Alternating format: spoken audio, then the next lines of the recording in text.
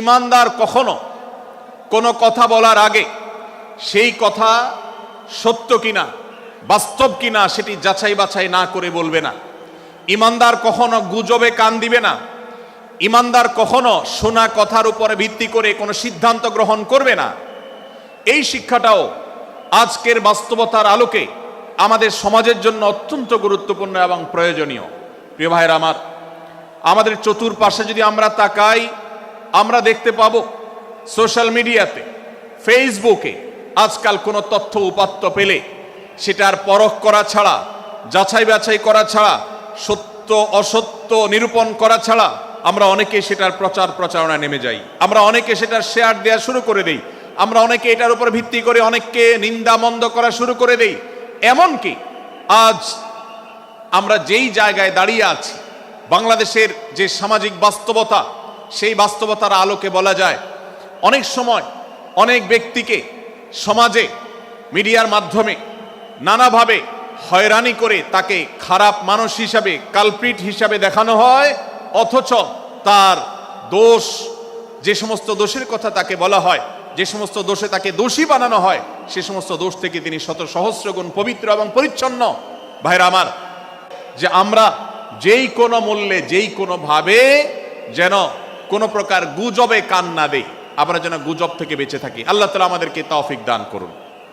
6 থেকে 8 নম্বর আয়াত যদি আপনি পাঠ করেন সূরা হুজুরাতের, আপনি দেখতে পাবেন সেখানে আল্লাহ রাব্বুল আলামিন ঈমানদারদেরকে যেই কোনো সংবাদ, যে কোনো তথ্য, বিশেষ করে অনির্ভরযোগ্য সূত্র থেকে যখন পাবে, ফাসিক থেকে যখন শুনবে, যার ভিতরে আল্লাহর ভয় নাই সেরকম মানুষ থেকে যখন পাবে, সেই সংবাদ তথ্য উপাত্ত যাচাই করা ছাড়া সেই সংবাদ যেন বলে না বেড়ায়। আপনি শহরে যান কিংবা গ্রামে, শিক্ষিত দেখুন কিংবা অশিক্ষিত, সর্বশ্রেণীর মানুষের মধ্যে আজ এই ব্যাধি দেখতে পাবেন চরম আকার ধারণ করেছে। কারোর ব্যাপারে কোনো নেগেটিভ কথা শুনেছেন, কোনো মন্দ কথা শুনেছেন, সে কথার প্রচার প্রচারণা শুরু করে দেন। সেটা কি সঠিক কিনা, সেটা কি সত্য কিনা, সেটা কি যথার্থ কিনা, সেটা কোনো প্রপাগান্ডা কিনা, সেটা কোনো মিথ্যাচার কিনা, সেটা কোনো গুজব কিনা, এটা যাচাই করার প্রয়োজন অনুভব করে না। অথচ আমরা সেই মুহাম্মদ সাল্লাল্লাহু আলাইহি সাল্লামের উম্মত, যে মুহাম্মদ সাল্লাল্লাহু আলাইহি সাল্লাম আমাদেরকে সতর্ক করেছেন, কাফা বিল মারই কাযিবান আন ইউহাদ্দিসা বিকুল্লি মা সামিআ, কোন ব্যক্তি যা শুনে সেটাই যদি বলে বেড়ায়, তথ্য উপাত্ত যাচাই না করে, সেটাকে ভালো করে যাচাই বাছাই না করে, সেটাকে অনুসন্ধান না করে, সত্য সত্য নিরূপণ করবার চেষ্টা না করে, তাহলে সে মিথ্যাবাদী হওয়ার জন্য যথেষ্ট। এজন্য আজকের এই মাহফিল থেকে আমরা অঙ্গীকার করে যাব, আজকের এই মাহফিল থেকে আমরা নিয়ত করে যাব, এই মজলিসে বসে এই মুহূর্তে নিজে নিজে সংকল্প করব, আমার জীবনে সোশ্যাল মিডিয়া কিংবা ফেসবুকে, ইউটিউবে অথবা অফলাইনে আমার বাস্তব জীবনে আমি কখনো কোনো মানুষ সম্পর্কে যে কোনো তথ্য উপাত্ত পেয়ে ভুল কোনো ধারণা, মন্দ কোনো ধারণা কারো প্রতি পোষণ করব না। কোনো তথ্য উপাত্ত যদি পাই, কোনো সংবাদ যদি পাই অনির্ভরযোগ্য সূত্রে, তাহলে সেক্ষেত্রে সেটা যাচাই বাছাই করা ছাড়া আমি সেটাকে বিশ্বাস করতে যাব না। এটাই হলো আমাদের ঈমানের দাবি। ভাইরা আমার, একজন ঈমানদার এতটা সরল হবে না যে যা শুনবে সে সেটাকে বিশ্বাস করে বসবে। একজন ঈমানদার এতটা বাস্তবতা থেকে দূরে থাকবে না যে তিনি তার পাওয়া কোনো সংবাদকে অনুসন্ধান করবে না। আল্লাহ তাআলা আমাদের সবাইকে সূরা হুজুরাতের এই দ্বিতীয় শিক্ষাটাকে আমাদের জীবনে ভালো করে ধারণ করার তৌফিক দান করুন। আল্লাহ বলেছেন, ইয়া আইয়ুহাল্লাযীনা আমানু, হে ঈমানদারেরা, ইন জাআকুম ফাসিকুম বিনাবাইন ফাতাবায়ানু, তোমাদের কাছে কোনো ফাসিক, যার মধ্যে আল্লাহর ভয় নেই, এরকম কোনো মানুষ যদি কোনো সংবাদ উপস্থাপন করে,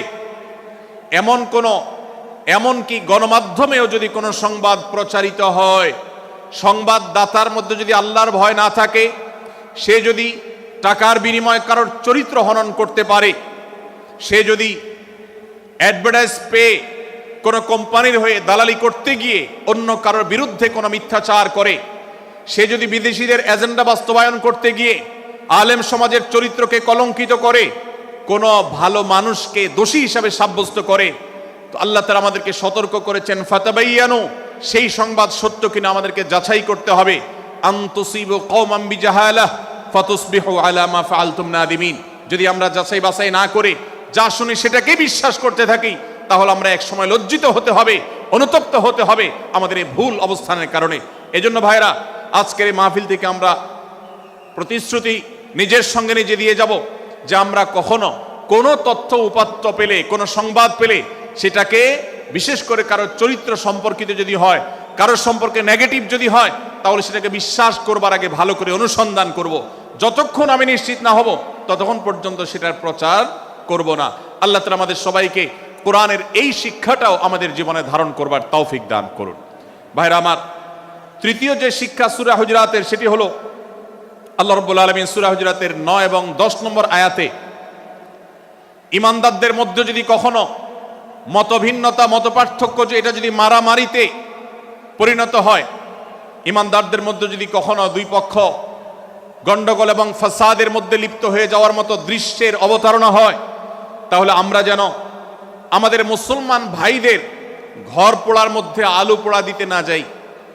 আমরা যেন আমাদের মুসলমান ভাইদের মধ্যকার বিভেদকে আরো বৃদ্ধি করতে সহায়তা না করি। আমরা যেন মীমাংসার পথ অবলম্বন করি। আমরা যেন তাদের মধ্যকার সম্পর্কের যে অবনতি হয়েছে সেটাকে দূর করবার চেষ্টা করি।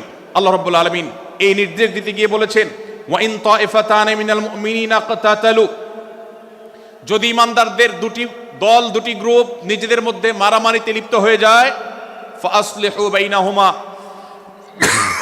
তাহলে তোমরা সেই বিবাদমান দুটি দলকে মীমাংসা করবার চেষ্টা করবে। আজ আমাদের মধ্যে এরকম বহু বিষয়কে কেন্দ্র করে মুসলমানদের মধ্যে অনেক সময় মুখোমুখি অবস্থান আমরা দেখতে পাই, যা দুর্ভাগ্যজনক, যা হওয়ার কথা ছিল না। এমনকি জাগতিক বিষয়ে যেমন হয়, ধর্মের নামে, ইসলামের নামে আজ আমরা হাজার হাজার টুকরা হয়েছি।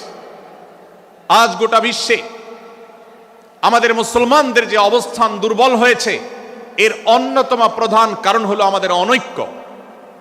আমরা যদি আজ আহলে কিবলা, আহলে সুন্নাহ ওয়াল জামাআতের অনুসারীরা নানান মত এবং পথের অনুসারী হওয়া সত্ত্বেও, নানান থট এবং পন্থার অনুসারী হওয়া সত্ত্বেও, আমরা যদি মৌলিক বিষয়গুলোর উপর সবাই ঐক্যবদ্ধ থাকতাম, আমরা যদি আল্লাহ তাআলার দেওয়া ইত্তিহাদ মাল ইখতিলাফ, বৈচিত্র্যময় ঐক্য, বিভিন্ন বিষয়ে মতভিন্ন থাকা সত্ত্বেও মৌলিক বিষয়ে ঐক্যমতে আমরা যদি থাকতে পারতাম, আমাদের মধ্যে যদি মুসলিম ভ্রাতৃত্ববোধ থাকতো, আমাদের মধ্যে যদি বলয় ভিত্তিক যে দেয়াল আর প্রাচীরগুলো আছে সেগুলো যদি না থাকতো, তাহলে আজ বাংলাদেশের বাস্তবতা হলো, বাংলাদেশে আল্লাহর কোরআন, আল্লাহ রাসূল সাল্লাল্লাহু আলাইহি সাল্লামের হাদিসের আলোকে বাংলাদেশ আজ অটোমেটিক পরিচালিত হতো। ঠিক কিনা বলেন? আমরা যদি আজ ঐক্যবদ্ধ থাকতাম, তাহলে এদেশের হাতে গোনা যাবে এরকম স্বল্প সংখ্যক নাস্তিকেরা, ইসলাম এবং মুসলমানদের শত্রুরা, তারা আমাদেরকে নিয়ে তারা আজ যে খেলা খেলছে, আমাদেরকে যে তারা শাসন করছে, আমাদেরকে যে তারা তাদের অধীনস্থ করে রাখছে, আমাদের উপরে যে আজ ভিনদেশি কালচার চাপিয়ে দিচ্ছে, আমাদের উপরে তারা যে আজ কর্তৃত্ব করছে, আমাদেরকে আজ টুকরা টুকরা করছে, এই দুঃসাহস তারা কোনোদিন দেখাতে পারতো না যদি আমরা ঐক্যবদ্ধ থাকতাম। ভাইরা আমার, এই জন্য আমরা সব বিষয়ে সবাই একমত হব না। আজকের এই মাহফিলে যত মানুষ এসেছেন সবাই সব বিষয়ে একমত নন। এমনকি আজকের এই মাহফিল কর্তৃপক্ষ যে আয়োজন করছেন 3 দিন ব্যাপী, এই মাহফিলে আপনারা দেখেছেন এখানে কওমি এবং আলিয়া উভয় জায়গা থেকে বক্তা নির্বাচন করা হয়েছে, অসাধারণ সমন্বয় করা হয়েছে। এটি একটি ঐক্যের বার্তা।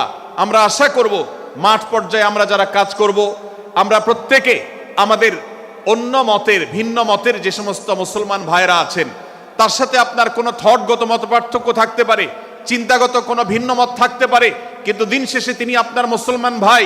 তার আল্লাহ আর আপনার আল্লাহ এক, তার রাসূল এবং আপনার রাসূল এক, তার কেবলা এবং আপনার কেবলা এক, তার কোরআন আর আপনার কোরআন এক, তার নামাজ আর আপনার নামাজ এক, তার রোজা আর আপনার রোজা এক, তার যাকাত এবং আপনার যাকাত এক, তার সাথে আপনার মোটা এবং মৌলিক বিষয়ে কোনো মত পার্থক্য নাই।